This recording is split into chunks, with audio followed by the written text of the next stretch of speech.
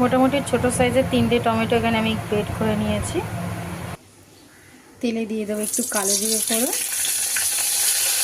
দিয়ে দেবো একটু চেরা কাঁচা লঙ্কা,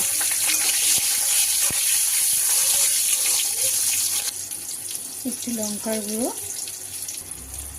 একটু হলুদ গুঁড়ো, দিয়ে দেবো পরিমাণ মতো নুন, আর এই যে টমেটোটা গ্রেট করে রেখেছিলাম দিয়ে দেবো টমেটো বাটা।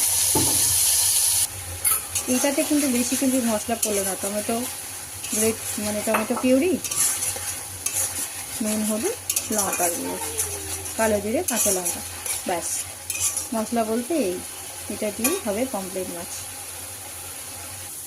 মশলাটা সুন্দর কষে গেছে, এই যে তেল ছেড়ে দিয়েছে। এবার এই সময় দিয়ে দেবো যতটা জল লাগবে পরিমাণ মতন জল।